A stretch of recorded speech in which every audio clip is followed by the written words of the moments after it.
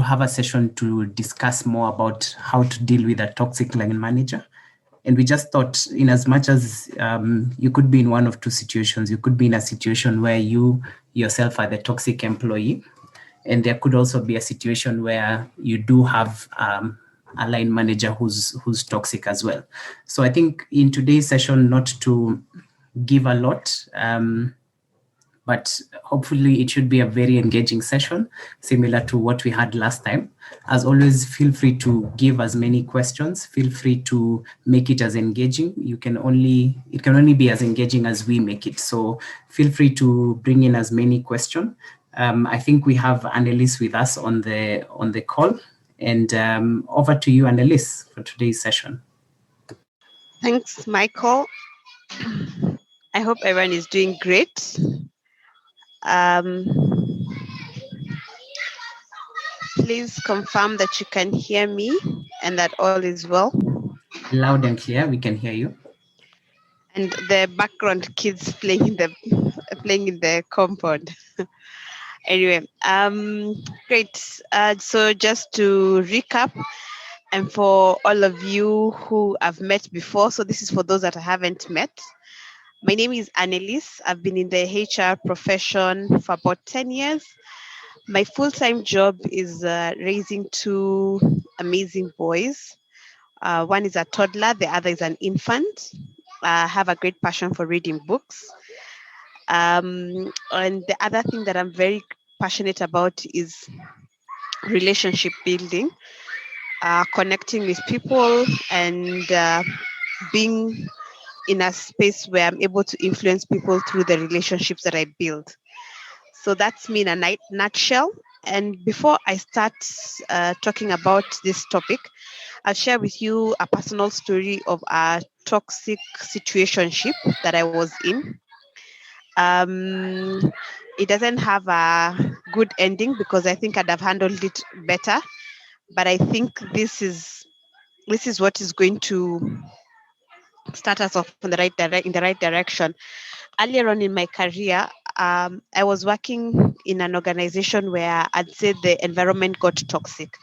So I felt like my line manager was toxic, and I became toxic in the whole process of that situation. The person who was sort of working under me, or someone I should have been working with, became toxic, and it all just spiraled out of control. What I did in that situation is I left the organization. The opportunity that I had looking back now is doing some of the things that I'm going to be sharing with you. I now know better. I think at the time I was quite immature. And when I say toxic, I used to wake up in the morning not wanting to go to that office, not wanting to go and work. There were times when things were happening that I should be doing. I wasn't informed, and I was finding out from other parties, or there were responsibilities that my line leader was supposed to be doing, and they weren't doing them. Instead, they were getting assigned to me. So it was very jumbled, very disorganized. It was unhealthy for all of us. Yeah. And then there was gossip, there was backstabbing. Yeah. And some of the things that came out of that is that friendships were broken. And like I said, I'm very big on relationships and building relationships. So relationships were broken. Obviously, I left that organization, which was a fabulous organization to work for. I really liked working there. And to be honest, looking back, one of the things that I take accountability for in that situation is that I lacked the maturity. I lacked the, on some of the things that I'm going to talk to you about are the things that I picked out from that situation. So this is why I feel passionate about this topic, and I feel confident enough to talk about it, because I don't think anyone then should be in a situation like I was in, or even if they are in, there are better ways of handling it than I did at that time. Yeah. So that's just an introduction to let you know that if this is your situation, it has happened to me and it has happened to several people. It's something that I would wish not to talk about. I wish we were all living in a rosy, sunny world where there were not toxic people, toxic line managers, and everything was going on well. But this is the world that we live in, and we are where we are. Yes, that's my introduction. So as usual, last time, for those people who are on the call, please put your questions. I want us to have more of a conversation as opposed to me, I'll say preaching, because when you talk and you're not engaging, it sounds as though you're preaching. So put in your questions and Michael will read them out to me. I want to answer them as we go, just so we make it conversational and engaging. I put this there because out of that storm that I was in, I learned a few things. And what I'm doing in this session is then sharing them with you. And I hope that if this is you, if you're in this kind of situation or you've been in this situation, also put in the comment box, tell us the things that you learned and the things that you picked and what you're definitely going to be doing, what you're doing differently, or if there's something that you did that worked for you. This is a I want you to learn and I want to learn myself. So let's share any information that we have and let's learn through the storm. Great.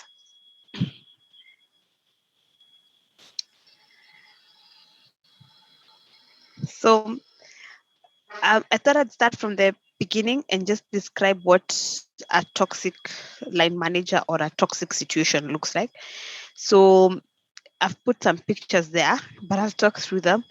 So the first thing is aggression. You find that you are working with a line manager or a team where you're fighting more and there's less support. The conversations you're having are very directional. You did this, you should have done this, you could have done this, as opposed to we, or there is less celebration and more of blame. There's another big thing that would indicate a toxic relationship is where it's emotionally overbearing. So you go to, the person has a temper, they use abusive language. They sometimes even use words like always, never, you're always late, you're never there. And I'm also guilty of doing this. Yeah, I think as I'm talking through this, don't take one-off examples or one-off situations as an indication of a toxic situation. Yeah, someone who says always, never, and it comes up often. So that could also be an indication of an emotional, overbearing person. They throw tantrums in the office. The third one is a micromanager. Yeah, and I think the picture on the slide really explains it. You can see someone working and there's someone looking through a binoculars to see what the person is doing, where you don't even have room to perform. And I've worked with a boss like this earlier on in my career, who would look at every single detail that you did, and the point of perfection was so overbearing. It stopped becoming about the job and doing things to perfection. So tasks became longer, took longer to do. There was very little listening to what thoughts and opinions I had, and more directional and very in a micromanaging kind of way, almost as though they are writing for you your diary on what you need to do at 8:30, that sort of thing. A line manager or a leader who embarrasses you publicly, shouts at you, gives you feedback in a room. Again, I've had this situation. I think still earlier in my career, I wouldn't say it was my mistake, and I'm being, as you can see, I'm very honest and I take blame where it should be my blame. But there was a meeting held where a situation, something that had happened that had to do with me, was the topic of the conversation in the meeting. So it was what Anneliese did, what Anneliese should have done, and what Anneliese didn't. Never mind that the whole team was there. It's something that would have discussed between me and the line manager.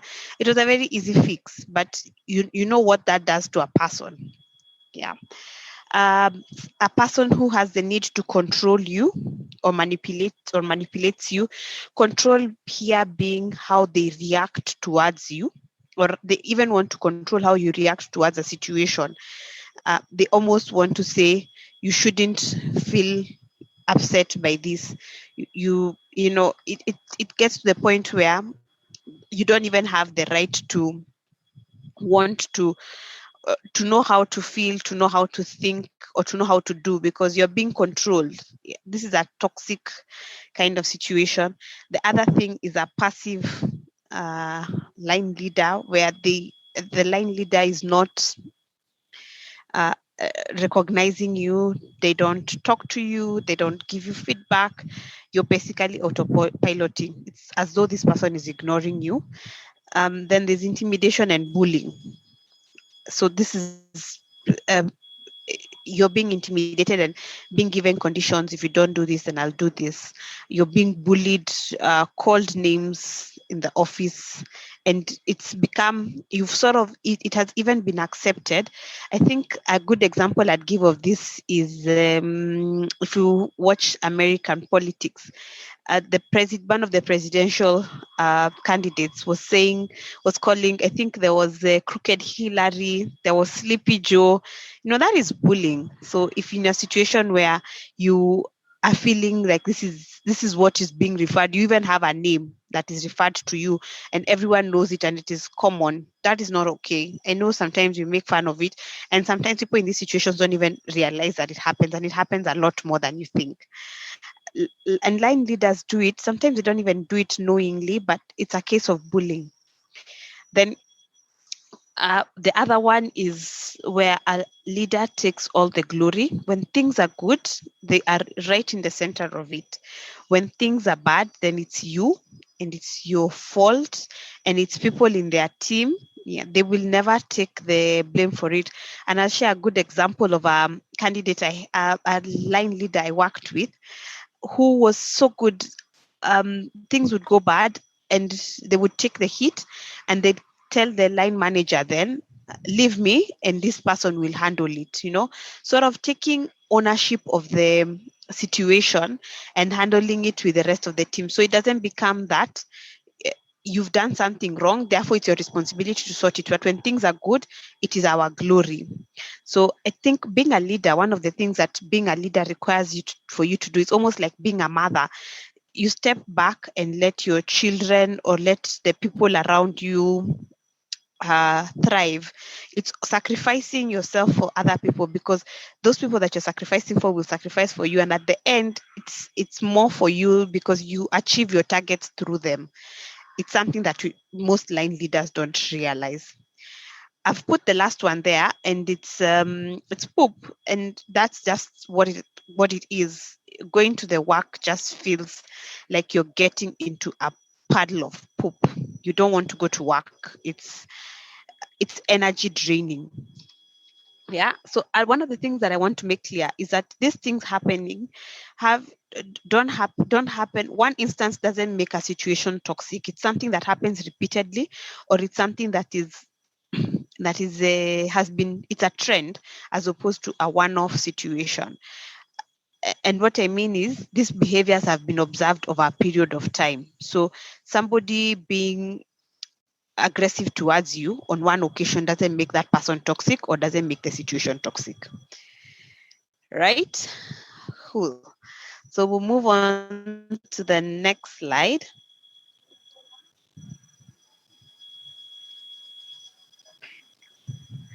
So I'd like to talk to you about why people are toxic. So the cause and effect of toxic situations. The first thing is our childhood experiences, our childhood behavior, and it's how you are raised, the experiences you had as a child. If you've studied psychology, or you are aware of what psychology teaches, the behaviors that you exhibit now are learned between the ages of 0 and 9, and the kind of upbringing you had. So if you had a trauma in that period, the kind of behaviors or discipline your parents instilled on you, actually it's what you project now. So however your child is behaving now is a projection of how they will be behaving in 20 years, when they're 20, on their 30s, on their 40s. I'll give you an example of somebody who who used to throw tantrums, and the parents, because they wouldn't want to deal with that situation, would give them what they want to quiet down the child. This is somebody who in the office you find them throwing tantrums as well. When they don't get what they want, they gossip, they throw fits, they stop contributing or collaborating, they withdraw. So they are throwing a tantrum, and this is similar to what they were doing when they were young. Another example is a child who had been neglected. So this is somebody who has probably very low self-esteem, and they need reassurance. And the only way, if you're not reassuring them, then the toxic behavior then comes out. Another cause is, and linked to what I've talked about earlier, is insecurities, where a line manager feels that they are not, they are insecure about their capabilities or their leadership or even the role they are doing, the responsibilities that they have. And what they would do, on the other hand, is for them to feel valid or worthy, is to bring you down. You make someone small for you to become big. So it's also one of the causes that people become toxic. The other one is a toxic environment. So think about a field, a field full of landmines. It's just, and toxic make an environment. And what happens is that you recruit more people. It becomes almost like a pandemic. Yeah, if you toxic, become toxic, doesn't nicely become toxic.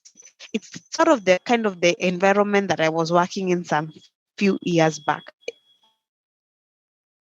I can tell you where it started, and then there it just started generating. It usually happens where the leader is toxic, and the only way for you to survive is then to toe the line and you become like them. And then before you know it, it's a whole generation of, or it's a whole department or organization of toxic individuals, which makes the environment toxic. Funny thing, when I was working there, one of the conversations we used to make, one of the statements we used to make is, you are either on the table or at the table. So that the one being discussed at that table. Yeah. The other reason why people are toxic is because they lack leadership. They just don't know how to lead, and they have grown sometimes too fast for their, and it happens especially when it's people have risen in their career so fast. They have grown to director level in 10 years, in 8 years. So they never had the opportunity to pick up the leadership capabilities, because some of these things, unfortunately, you learn them over time. There are people who are lucky enough to pick them along the way, but time usually develops maturity, time develops some of these traits. Yeah. And you will know this because even in school, you notice that the teachers who are older treated or behaved differently from the ones who are younger. Yeah. So with time, you get to become you get to mature and handle things differently. And some of how you would know someone lacks the leadership skills is they either don't know how to address bad performance. So someone in their team is not performing well, and because they don't know how to address bad performance, they become passive, they become aggressive, they become some of the things that we're talking about. They become bullies. uh, they don't know how, and it is as simple as addressing the bad behavior, because they don't know how to address or approach conflict in a way that would add value. Yeah. So lack of leadership, things that causes people to be toxic. The effects then on the people who are receiving end of this toxic leadership is health issues. So you find people starting to get gastrointestinal issues, things like ulcers, migraines. People are constantly having headaches. And for an organization, you would know this by the number of sick offs that are in a certain department. And it's not diseases that you can explain. It's not like malaria where it's a mosquito. They're just symptoms, but not necessarily indicating a disease. Our body is wired very interestingly that what you're going on can present itself in the form of a disease, and it's something that is mental. Another thing is that another effect to this is that you become numb to your work. It seems appropriate given the situation that you're in, but then it's not going to, eventually your performance is going to be affected because you withdraw from the work environment. You find people no longer interested in coming to work. It starts usually with the work events. Someone is no longer coming for a team building. They're not coming for the drinks, for the lunch. Then it moves on to work. They attend meetings and they're quiet the whole time. Even when they're supposed to be talking, they become numb to work situations, work conversations, or anything to do with work. Finally, another effect, there are quite many, I'm just highlighting some of the common ones, is that you get into more fights, especially at home. Things like domestic violence start to arise. You're getting into more fights with your spouse, with your children. You don't know how to manage that situation with your domestic help. So you take the work problems at home. And this is why you see some cases, and you will find that even especially in homes, you find that most of the situations where there was domestic violence involved, some of the situations where domestic violence was involved, it can be traced back to work. So because you don't have an outlet, for men especially, you don't have an outlet in the office. You cannot, your ego is being bruised. You're not able to cope. And the only people who you have authority over then is in the unfortunate situation. I don't think it's something that anyone should be going through. And that is why having this talk then makes a lot of sense for us to avoid this kind of situation. So those are the causes and effects of a toxic situation. And moving on to the next slide, which is the reason why we're on this call. I'm sure we can either all identify with this one or two of these situations. We've been through them. You can even put a face to the people, or you're one of those people. The reason why we're on this call is to find out what we can do or how we can get out of this toxic situation. The last time somebody asked me about whether they should quit, which is what I did. As I said, at the time I was very immature. If I could go back, there are certain things that I've done differently, and this is what I want to talk to you about. The first thing I'll talk about on how to deal with this situation is recognizing that you're in a toxic environment. First of all, being aware that this is now getting toxic, appreciating and acknowledging it. This is something I never did.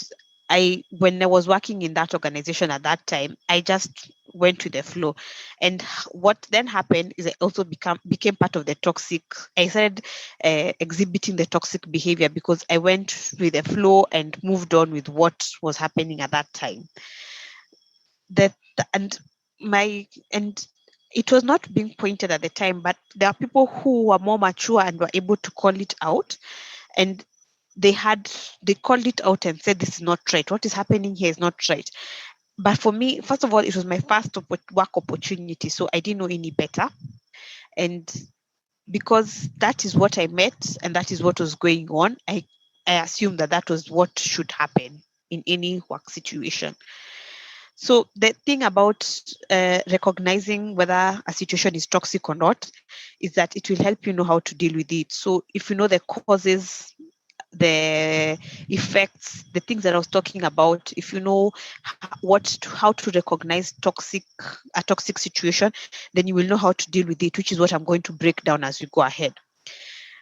Then you need to reflect, which just means pause, step back, look at yourself, look at whether you could be part of the reason why the toxic behavior is being exhibited, or whether you are exhibiting yourself, or even get a different frame of reference.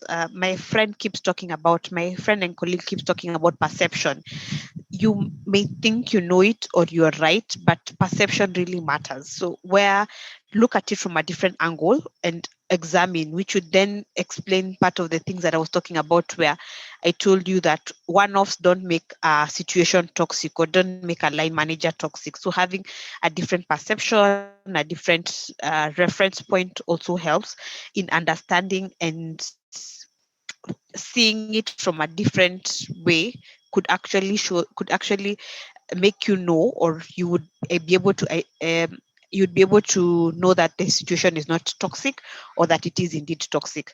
Another thing that comes out of reflecting and pausing and thinking is that you start to understand people's thinking patterns. Observing people makes you understand why they are toxic, what is causing them to be toxic, and also helps you to think about what your next course of action will be. Yeah, so the first thing is to reflect, pause, stand back, and look outside in, as opposed to being in the middle of the mess and looking at the situation as it is. It, Again, I'll go to the landmine situation. If you're in the landmine, you don't go into the landmine and then start looking for the landmines. You first have to come out, recognize that there is danger, and then approach that area, knowing what you're getting yourself into. The third thing is KYB. I keep saying this all the time. I tell people this, the same way you have KYC, know your customer, there's KYB, know your boss.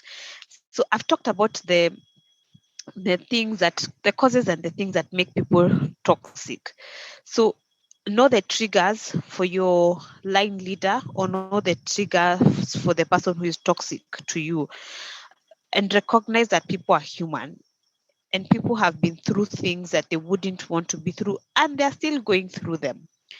And then avoid being the trigger for those situations, or avoid being a trigger in those situations. So in situations where your line manager does not like to be surprised, your line manager doesn't like to be thrown under the bus, they like to be informed of everything, be the person who then what your line manager doesn't like, and then manage it from backwards to just avoid the trigger. Remember that line leaders are human just like you. They get upset, they get itched, and you can avoid these things. Where you can avoid these things, it is advisable that you do. The fourth thing is creating boundaries and knowing what the boundaries are and not crossing those boundaries. So this may contradict what I told you earlier about it being about myself being relational. I'm very relational, but there are some things that I don't bring to the workplace. Because what happens is that you cross some lines, and once you cross those lines, you cannot go back, because you have this familiarity, and you know what familiarity does. You know that famous saying, familiarity breeds contempt. So when you go to the office, and especially if you're discussing upwards or downwards, and you're talking about, for example, issues you're having with your spouse, to either your boss or somebody that reports to you, it's very easy for that person to take sides and then build contempt, and they start looking at you. They stop looking at you from a professional angle, and you start having what you call, I'll say it in Swahili, kuzoeana, where you now no longer have respect for the person, and it's more of relational. So even the professional boundaries are crossed and cut, and it just becomes drama. And that's how toxic behavior starts coming about, because the next thing you're talking about this person behind their back, the next thing they're telling you something, and you're thinking, no wonder you couldn't even stay with your spouse, or no wonder your mother is always saying you're lazy, and it's just boundaries that are crossed that shouldn't have been crossed. So know the boundaries to keep. Be relational. Being relational doesn't mean that you have to go and tell everyone everything that is happening in your life, especially when your perception is going to be compromised. The perception, your professional perception is going to be compromised. Okay. So the next thing that you should avoid doing is joining that whole dance and the drama, which is one of the things that I didn't do. And I'll give an example here. My land manager at the time was what they did is, I wouldn't say passive, but there are things that, like I mentioned earlier, they were in my, it was my responsibility to do, but then they wouldn't give it to me. And what they would then do is give it to the person who was sort of reporting to me, someone who was junior to me. And I remember one of them was a recruitment that was taking place in another country, and the person I was giving, the person who was junior to me, some responsibilities to do in our work area, and they told me, oh, but tomorrow I'm not going to be there because I'm doing this and this. And the first thing I thought was like, what? You're going to do what? I don't even know, it's not even in my radar. And that's something that was in my JD. So what I did then is I took out I became toxic towards that junior person, because obviously I'm not going to become toxic towards my line manager. And then I started seeing that my line manager would do this over and over and over again. So I joined the drama. In short, I also became toxic, and the situation became toxic. I was toxic. My line manager was toxic. The person who was junior to me was complaining that the whole situation is toxic, and it's like wool that is interwoven, and you can't even know who is good and who is bad, because even the person who was junior to me started becoming toxic to me, talking behind my back, telling people about me, about our situation. And there was a lot of gossip, which is also an indication of what toxic looks like. Yeah, so avoid the drama, stay out of it. There was I remember one of our former presidents who was very quiet, and I remember one of the political analysts saying, silence annoys even the devil. I have never forgotten that, because there is nothing truer than that. Like, where is the lie in that statement? Sometimes it just requires for you to step out, keep quiet, or manage your affairs without getting involved in the drama. The other thing is keep a record of or document what is happening to you. And the intention here is not for you to be malicious. The intention here is not for you to create a situation of where trust is not there, or for you to now build a case against someone. This is especially important in a situation where the line manager is abusive, or it's against company policy. So I'm talking here about harassment, bullying, even sexual harassment. Keep a record of texts, emails. You need to be able to have a conversation where you can say, you can walk in and say, here is what was said. This is who was there when this was being said. And you're able to bring evidence to the table to actually show that this person is toxic, or they are harassing you or abusing you as you're reporting. Which leads me to the next point, which is just escalating. You can escalate either to, depending on the reporting channels available in your organizations, to your HR personnel in the organization. You can escalate to the line leader. So the leader of your leader, I call them skip levels. So escalate it, but before you escalate it, there's something that I want to recommend that you do, which is have an open and honest conversation about what is going on. And don't go into that conversation by being combative. Don't go by being defensive. And how you do this is by going and accusing them and telling them, you are doing this to me, this is what I'm feeling. Obviously, the reaction that you will get is now defensive and combative. And that is something that you don't want to be getting into. So you do this. Open and honest conversations are had by asking questions. It's by stating an observation. For example, I have noticed that you are not very happy, or you are not impressed when I do this and this. What is it that I'm not doing right that I could do better to change how I'm doing things? So that's how you can manage that conversation. And asking more questions, listening more, helps to have a calm conversation, because what you're doing is you're reflecting, and you're also causing your line manager to reflect. So I'd advise that you have this conversation before you escalate. What this also does is that it enables you to be the leader that you wish your line leader was. Remember, one of the causes I said of a toxic, where a person would be a toxic line manager, is because they do not have leadership capabilities. This gives you an opportunity then to be the leader that you wish your line manager was. Yeah. And to be honest with you, there's very little people who have the maturity that they should have at the point in which they're operating in as a leader. And me saying that you be the leader that your line leader should be, most of the times leadership doesn't come with a title, it doesn't come with pay, it comes with an attitude and a behavior. And then it's being a leader is not necessarily, what I'm saying is, being a leader is not necessarily the people who have been handed over the leadership responsibilities. Okay. So sorry, I was interrupted there for a minute.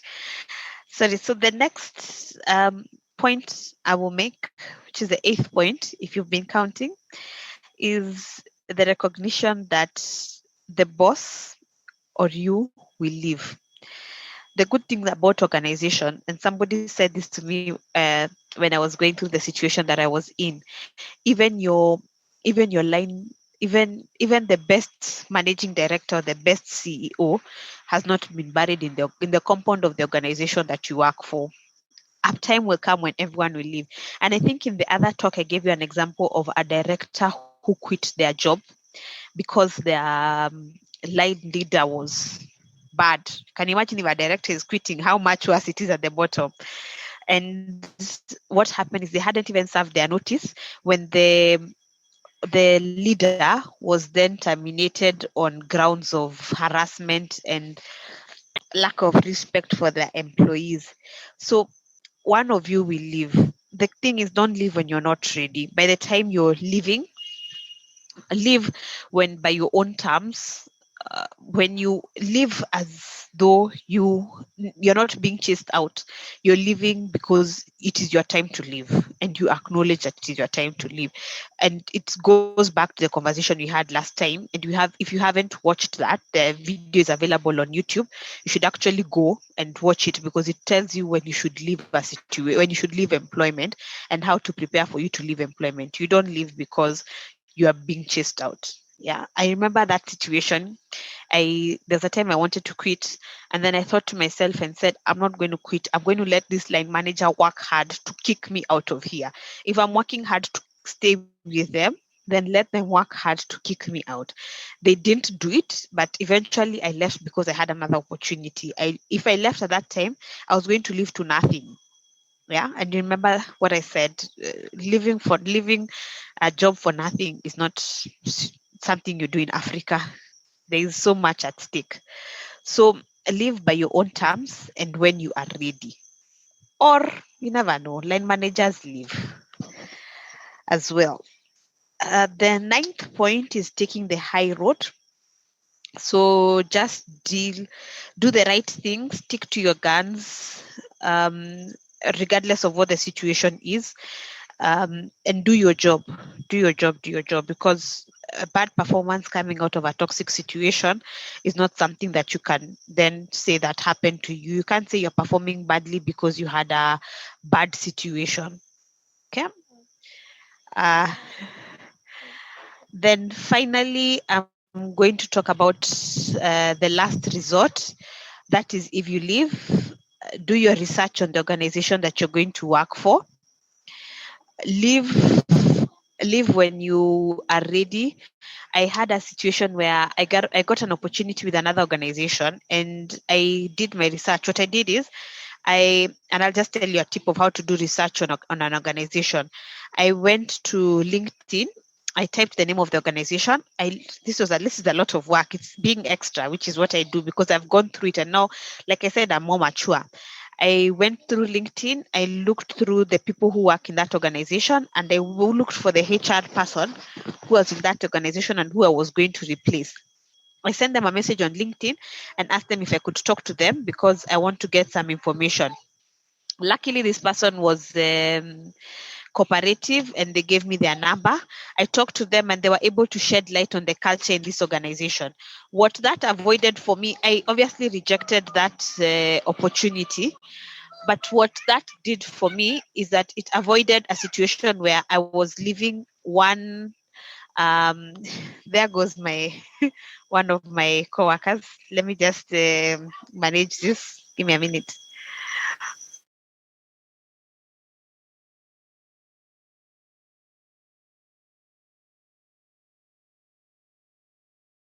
Thanks. Part of the joys of being at home and doing these things from the house.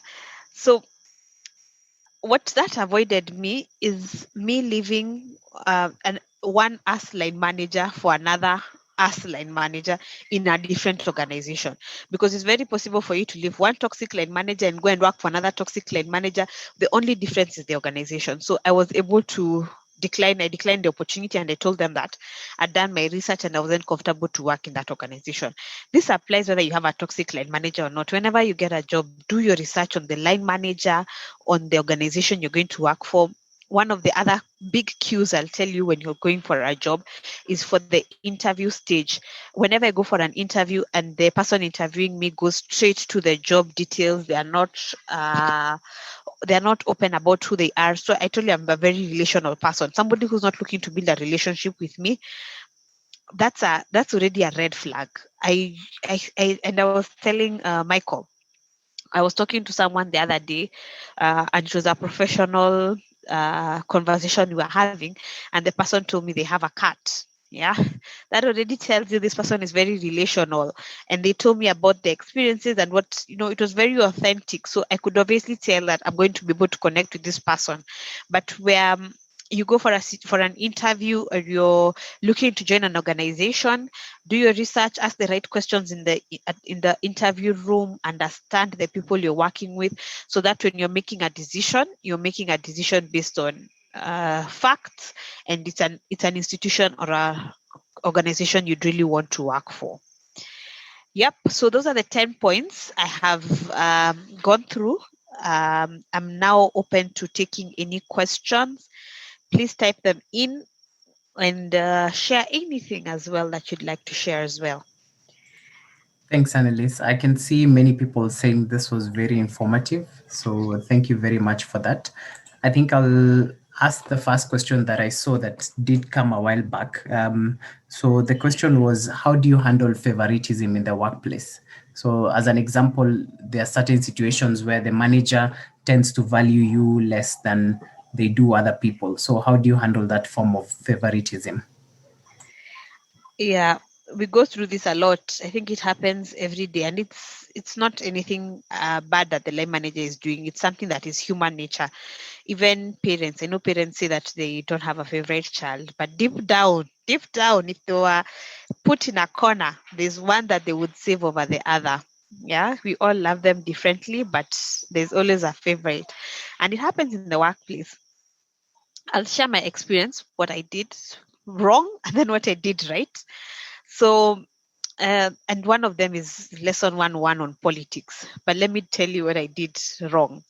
What I did wrong in that organization that I left is I shared with somebody who was my friend that I think my line manager is playing favorites within the team. What that friend did is then they carried this information to my line manager, and then the drama escalated. Yeah, because then my line manager was calling me and confronting me about the situation, and there's nothing as bad as being confronted by or confronted of a situation that you thought was private to you and the person you are telling, and it's something that you are not ready for. I don't like walking into situations that I'm not ready or I'm not prepared. So that was a bad thing I did, is that I joined the drama and joined the gossip mill. The right thing that I did in another situation is the boss had a favorite. What I did is I aligned, this is politics, I aligned to the favorite, because if my head, I thought if if Anneliese is your favorite, then if I'm friends, or if I'm very close to Anneliese, I will join the favorite group. And it actually worked, because then the person would be given responsibilities, and it wasn't personal. I didn't go and start visiting them in their house. It's just that I went and told this person who was a favorite, I'm looking to build skills in this and this area. Whenever you have opportunities, please invite me to work with you. And I started doing that. And then, because the things that they were, if you're a favorite to your boss, you tend to get the good projects or the projects of high value. So I started working with this other person, and eventually the line manager started seeing the one who was playing favorites that, hey, this person is also just as capable as this other person. So it got to a point where when this favorite was not there, I was the de facto person. The other thing that happened is, we got to a place where the line manager was able to see that I actually had the capabilities that the favorite had. So it's also an opportunity. It's politics, but it works. And it's not any politics that will harm anyone. It's just knowing how to align yourself. Don't struggle to go and align with or don't struggle with the person who's playing favorites. Struggle with the favorite and get them to get you into the good books of the other leader. That was what I did. That's a brilliant way to handle it. I think the next question is pretty much linked to this one. I want to skip a few to one that has just come in a few seconds ago. They were asking, what if in a situation where the HR office or where you think to report, that particular office is toxic as well? So they're being unprofessional, they're being very political. So what do you do in such a situation? I hope I'm not that person, first and foremost. I hope I'm not that HR person. But so, Michael, what you're asking is where the HR person is also being unprofessional. Yes, so the HR person that let's say you have that boss of yours who's very unprofessional or toxic in that sense, and then you did talk about escalation as a key way which you can handle it. So, but then the place that you would go for solace, which would be like a HR office, or maybe if there's a HR complaints office, the people in that office, they're also very unprofessional, they're also very political. So how do you handle that situation? So the thing to do is obviously, if you have, remember I told you to document evidence, to document things that are going on that you can bring to the table to prove what you're saying is actually true. The other thing you could do in this situation, which is part of, I'm teaching you politics as well in this course. The other thing that you could do is, and I have done it, I'll share my experience, it necessarily doesn't have to work, is quit your line manager. Yeah, I've quit my line manager. I haven't quit the organization. That was earlier on in my career when I quit the line manager. And what I did is I stopped paying attention to the nasty situations that they were bringing into my life, and I focused more on their line manager. So I started to work to impress their line manager, so that I'm building trust. By the time I'm going to tell their line manager that this is a situation I'm going through, the trust is already there. So I focused on my job. I did my job like to the best of my ability, so that it attracts the attention that you want it to attract. People are able to trust you because your job is already speaking for itself, so that by the time you're addressing it with their line manager, then it's a walkover. I knew I couldn't go to my HR partner at the time because they were one and the same thing. So in any situation, there's always someone who you can go to, and where escalation then is not the thing that you're looking for, become indispensable. And you become indispensable by working hard, by knowing all the things. I know there are people in your organizations who no matter what they do or no matter what happens, the organization is going to be fighting to keep them. So know the thing that will make you indispensable, or the thing that will make you gain trust from people, such that when you speak, there's nothing that is being questioned. Your work already speaks for itself, and it has built you trust enough for you to be able to bring any complaints to the table. Perfect. Thank you for that. There's a question I saw here. Maybe I can address. Yes, go ahead. Someone was asking, are there situations where an employee is toxic but blames their line manager? Every day. I see this every day. The thing with toxic people is that they also like to blame people. one of the toxic line managers I worked with before was used to hang up their phones on people as you talk to them, or when you're in a conversation, they just bang the phone on you. And when this person resigned and the whole case was raised and the whole discussion was going on about that situation, the line leader said, "But this is how I am." Yeah, you pass on the blame to something else or a situation. And I remember at that time, I asked the leader who said that, "I also have a personality and I also get upset. Would that also be tolerable if it was me?" So the situation, when I'm assuming that here you're the line leader, then it asks, what is being asked of you is to be the leader, to actually take the leadership position and lead this person, which means having the open and honest conversation. Remember the conversation I was talking about, where you're asking questions and you're driving honest, open conversations as opposed to blaming. So the thing with toxic people and toxic situations is that they are very defensive. They are they're very combative. So the one thing you don't want to go is approach them with the things that you already see are going on wrong.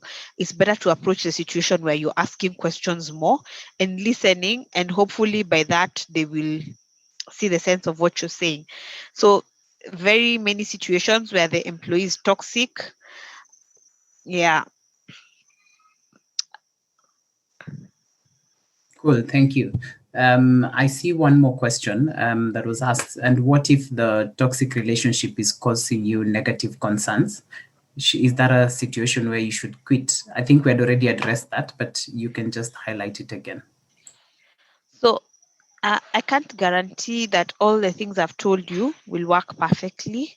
There's times when it doesn't work as you, even medicine sometimes doesn't work. That's why people unfortunately die.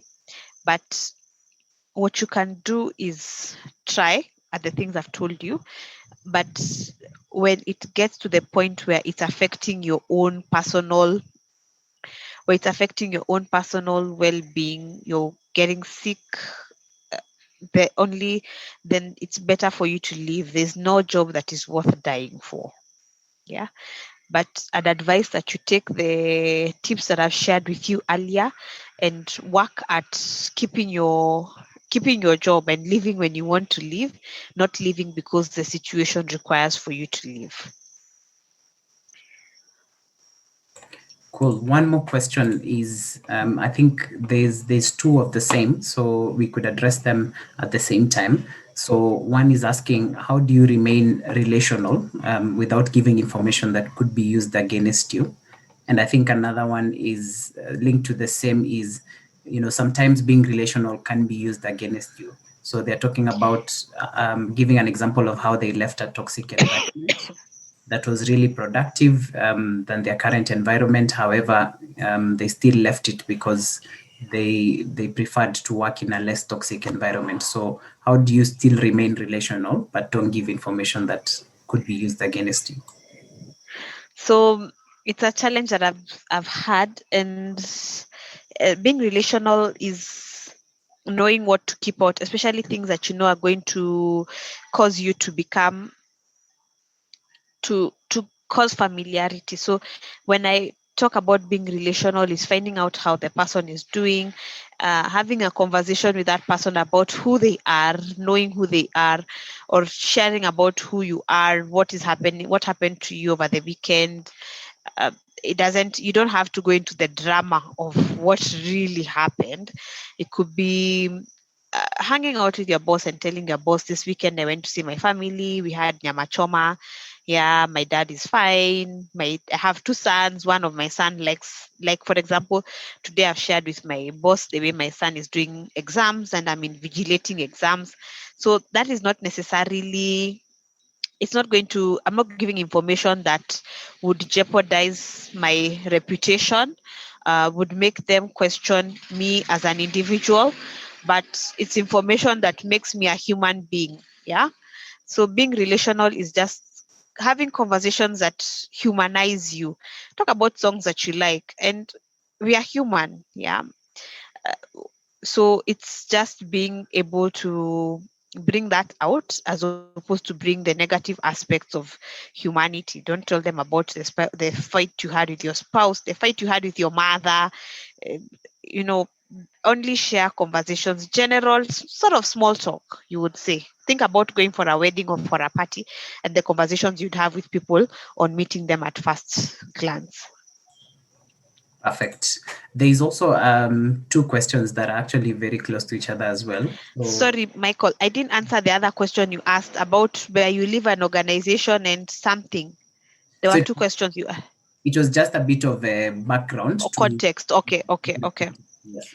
So the Clear. other one is about leading peers. So I think there's a comment allowed around leading peers, which is also linked to a question here where somebody asked, what if, how do you tell a colleague that they're toxic to the employees that are reporting to them? So I'm assuming this is a manager who's managing people, and they also have a colleague who's a manager managing people, and they can see how the other manager is managing people. It's not right, and they want to help, but it's a bit of a tough situation. How do you handle that?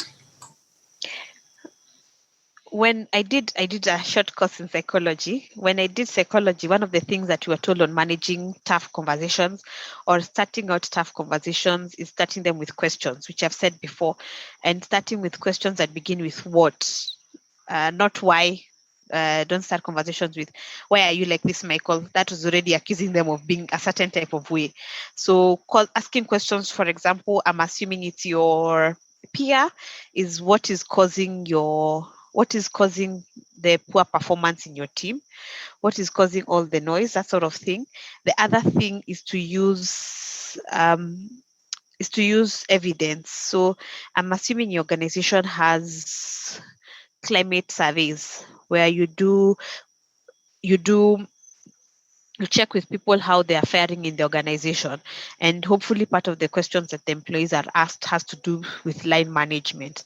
So the thing about this is that you're already going there with facts, or where if you have a survey of some sort where this has been called out, or people have come to you in confidence and have told you, this is how Anneliese is and this is how Anneliese is behaving as my line leader. Yeah, so you can pick up the conversation from there, but how you approach it, remember to use more questions, remember to use less accusatory terms. So start the conversations like, what is happening? You have to, again, like I told you, and one of the things that I'm passionate about is relational. So don't go to this person, first of all, if you don't have a relationship with them. Don't use this situation to build a relationship with them. So if you are already relational with this person, you will be able to pick it up from somewhere. And they will already have the trust that they need to have for you to have this conversation with them. So open, honest conversation, and then again use facts if you have them. Thank you. I think a good question here that also has a bit of context. So somebody is saying they feel most of the times they've been offended at work, especially when they're in a toxic relationship, and they feel like there's a value in them that is being violated. So how do you think that organizations can get to understand employees better in terms of understanding who the employees really are? Sorry, I'm just reading that as well. So I feel like most of them. So the first thing is to step back. What is it that is offending you? Is it words that are being spoken towards you?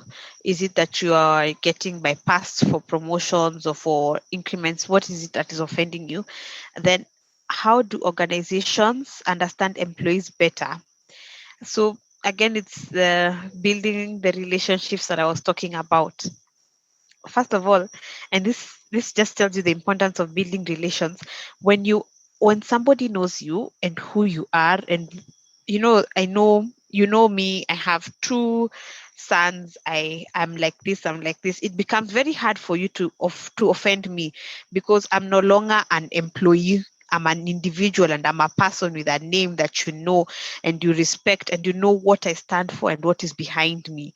So I cannot stress enough. When I tell you I'm passionate about being relational and relationship building, is because it removes a whole load of other things that are assumed when that is not done. So when my line manager knows certain things about me, what I did over the weekend, how I really enjoyed going for swimming with my sons, the next time she wants to say something too bad at me, and that is how influencers are making us buy things. By the way, they make us feel like they know you or you know them. It's sort of like, it's how Kim Kardashian became Kim Kardashian, and the Kardashian family became the Kardashian family. They let us know, they let us into their lives, and then you start feeling as if they're your friends. They really aren't, but then you start trusting them and they recommend a product and you buy it. Same thing applies to you. If you want people to know you, then work at people knowing you and building those relationships. Yeah, it's part of what you need to do in life to gain the respect, and even to get people to start to trust and respect you. I don't know if that answers the question, Michael. I think brilliantly it does. So one more question.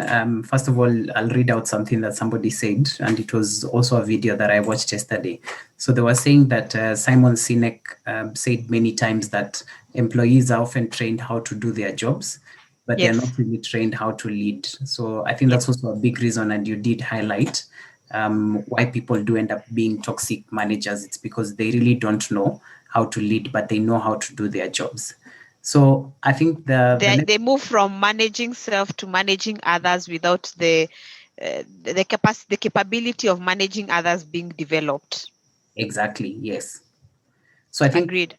One question here is, how do you deal with a line manager who clearly lacks emotional intelligence, especially in critical situations? First, very good for acknowledging or being aware that this person lacks emotional intelligence. So it's something that you already expect.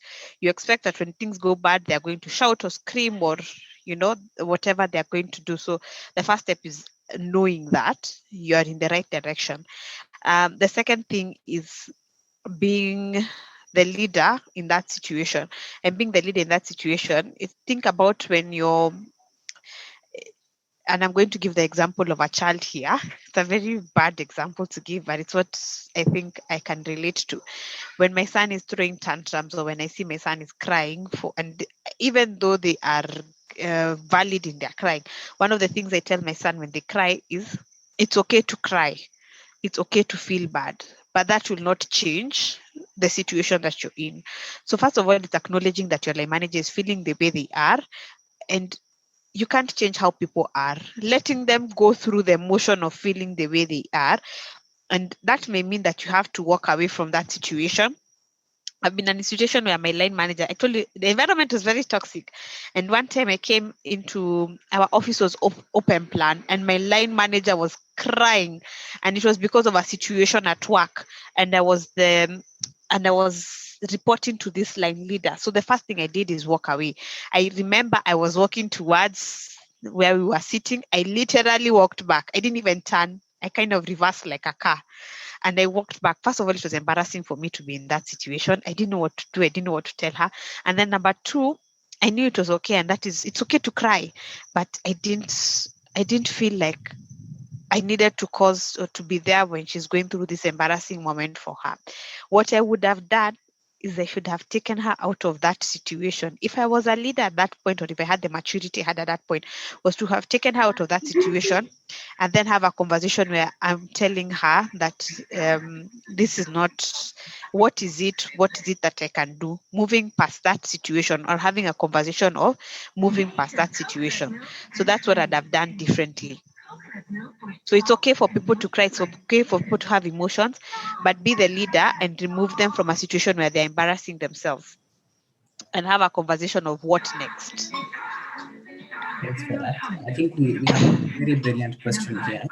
Somebody who's asking us to reverse the situation. So how do you deal with the reverse, where you have a team member who is actually the one who is being toxic and has a negative impact to the whole team? So how do you deal with that situation? The one thing you shouldn't do is have an intervention. I know people like to have, it's something that we've seen a lot. Sorry, I'm going to ask that we go on mute. Thank you. I was losing my train of thought. Sorry. Oh, not so much. Okay. I'll try and think through the noise of the news. So, one of the things that I did, sorry, Michael, I've completely. So the question was, the reverse situation where you have a team member who's toxic and they have a negative impact to the team. That was the question. So I've had and I think everyone has been in this situation. And unfortunately, like what Michael said, when the line leader is not a leader, they're not able to manage this situation. And what happens is when you have one rotten to potato, the whole bag gets rotten. That's one of the risks that you see yourself having. So the one thing you shouldn't do is have an intervention where you all gang up on this one person and give them feedback. The thing that you should do is enable your line leader to have that conversation with the person. So it's you going to tell the line leader things that you have seen and asking for them to support you in managing this colleague of yours. The problem with you doing it, especially if you don't have a relationship as such, or if you have a relationship, first of all, how you do it could break that relationship. Number two, if you don't have a relationship, the first question they'll ask you is, you're telling me this as who, or what gives you the authority to have this conversation with me? Remember, toxic people are very combative and they're very aggressive. So enable your line leader to be able to have this conversation. And how you enable them is going to tell them facts like, Michael does this, which has this impact to the team. I would like your support in handling this situation. Yeah. And it's having it in a respectful way. So you're not necessarily reporting this person in a way that will now you want them to get fired. It's not malicious, it's very developmental. You can even, and I've done it myself, even for people who are senior to me, where I'm having a conversation and telling someone else with authority over them that these are some of the interventions I see that we can have to support them in their development. So it stops being malicious and it becomes more helpful. So that's one of the things that you can do in that situation. Thanks for that. I think we are on the last question, but I might be missing something. I'll still go through the chat. So the question I can see here is, how can you handle a situation if you've already overshared? I think going back to the point about being relational, so you might find yourself in a situation where you've shared too much and you're already in too deep into the toxic. So how do you handle that situation? Get out of the mud. Which just means stop sharing. Where you are, stop sharing, and avoid conversations where you're sharing too much about yourself. So, and it just has to do with open conversations where you can even have a conversation with someone and you're telling them that this is what I've noticed has been happening, and I want for us to change this working environment or working situation for us to move in a more professional manner. What I'm committing to is to treat you as a colleague with respect, and I hope that you can commit this to do the same to me. So you can have that official conversation, but the first thing you should do is stop questioning or stop sharing information that you shouldn't share with this person who you've already crossed the boundaries with. But I want to make this disclaimer that sometimes you don't have to, you don't confuse not sharing with not being relational. I see a lot of leaders making these mistakes. They now become cold and they stop being people, they just become a leader. You're capable of being relational without crossing boundaries and oversharing. Yeah. Cool. I'm just checking if there's any questions I've missed. Looks like there's none from my side. So I hope I was that clear today. Looks like it was a very interesting topic, and I think the 8 was it 10 points that you did lay. Of course, that fixed most of the questions that people had. So thanks a lot for that. I don't know if you have any last words before we close off today's session. No questions from my end. The last words I'd have is being toxic situations are going to happen, and unfortunately it's not only in the workplace, it's going to happen everywhere. It's going to happen to even your kids can be toxic, or most of the times you can be toxic. Remember to recognize it, not stay in the drama. Like the 3 things you should try to do: recognize it, don't get caught in the drama, and be brave, be courageous, address it like it needs to be addressed. It's like a bear. Yep. Cool. So thank you for that. I can see a few people leaving you good comments, saying thank you. This was a great session. Modon is also saying this was a very interesting conversation. So thanks very much, Anneliese. We really enjoyed having you again in today's session. And thank you very much for sparing your time. For everyone else, please have yourself a very good evening. And Anneliese, too, have yourself a very good evening. And thank you, thank you, thank you. Thank you, guys. I really enjoyed the session. Bye.